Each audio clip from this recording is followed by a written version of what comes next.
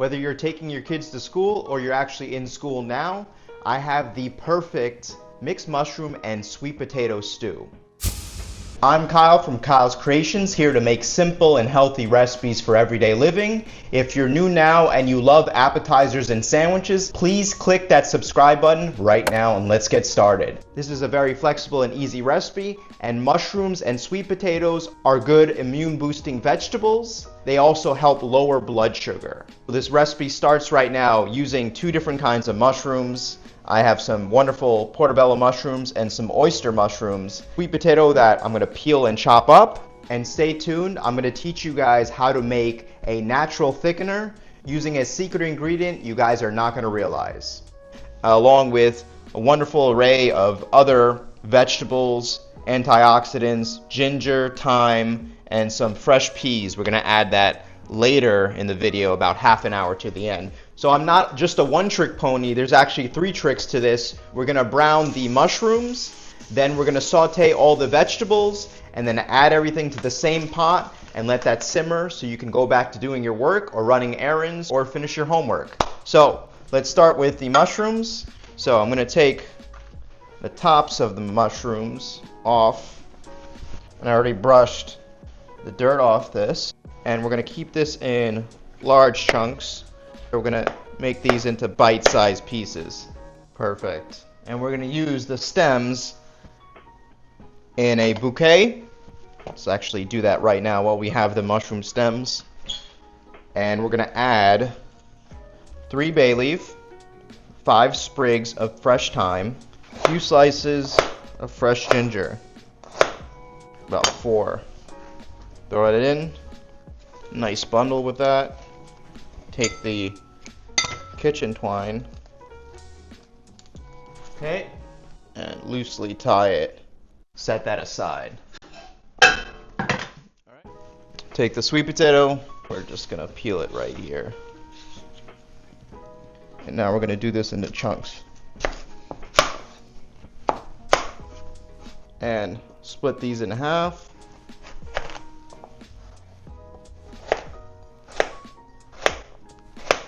And cube up sweet potato.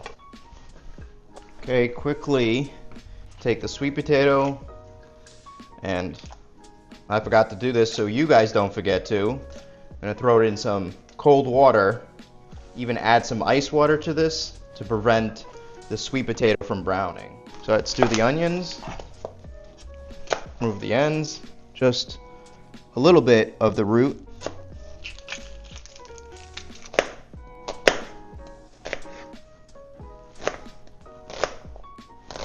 Alright, didn't forget about these lovely oyster mushrooms. I'll show you how to prep this. So we're just gonna remove the end. And we're not gonna fuss around with this too much, just gonna split it in half that way, once that way, so we're gonna quarter them. Right, and this is 2 stalks of celery. We're just gonna do chunks of celery, bite-sized chunks. We're almost done. Just take the garlic cloves, remove the ends, same as you did with the onion, and we're just gonna smash it and give it a quick chop.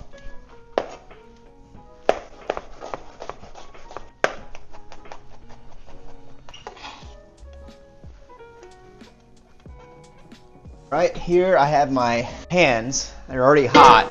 I left them in the oven at 300 degrees. Make things easier so we don't have to warm these up. And I'm gonna do this on like medium-high heat. Use some extra virgin olive oil. Move it around. Throw the mushrooms in. We're gonna do this in 2 batches. Screams a little bit more oil. And we're gonna let that brown for about maybe 5 to 6 minutes. Okay, take the mushrooms and then you can just flip it. These are ready. Just let it brown on the other side for a few minutes. Alright, these mushrooms are ready. Just gonna drain it on some paper towel. So we cook these mushrooms in 2 batches. It's about 3 pounds of mushrooms in total. So if you're having this recipe right here is probably for about 4 to 6 people. Back in with some oil. All right, going in with the portobello mushrooms. Now we're working. And we're gonna do the same thing, 3 to 5 minutes for these portobello mushrooms to get some color. So now, same thing as before. Back to my pan. Salt the mushrooms. A little bit more oil. 1 to 2 tablespoons of extra virgin olive oil. Go in with the onions and the celery. I'm going to add that to the other pan so everything cooks at the same time. These onions are just about cooked. I don't want to brown them too much. My pot here, and transfer it. Okay. Celery's going in. Throw all the garlic in and let that cook for a minute. Okay, once you start to smell the garlic, doesn't need to cook long because everything's going to cook together. We're going to add the sweet potato. If you notice, I didn't add any carrots because the sweetness now is going to come from the sweet potatoes. Now time for the vegetable broth. I'm going to see how much liquid we actually need. I think we need some more water. Now all the mushrooms. So your cheesecloth of all your herbs. An optional ingredient, I'm going to add some mushroom powder. I'm going to add about a tablespoon of that. We're going to add a teaspoon or half a teaspoon of paprika for some color and flavor. And also, paprika is good for digestion. And we're going to bring this to a boil. Now it's up to a boil. It's going to skim it and simmer this stew for 45 minutes. Alright guys, it's only been an hour, and that's how long it takes. This cheesecloth filled with all that flavor and those herbs, we're going to squeeze out all that flavored liquid.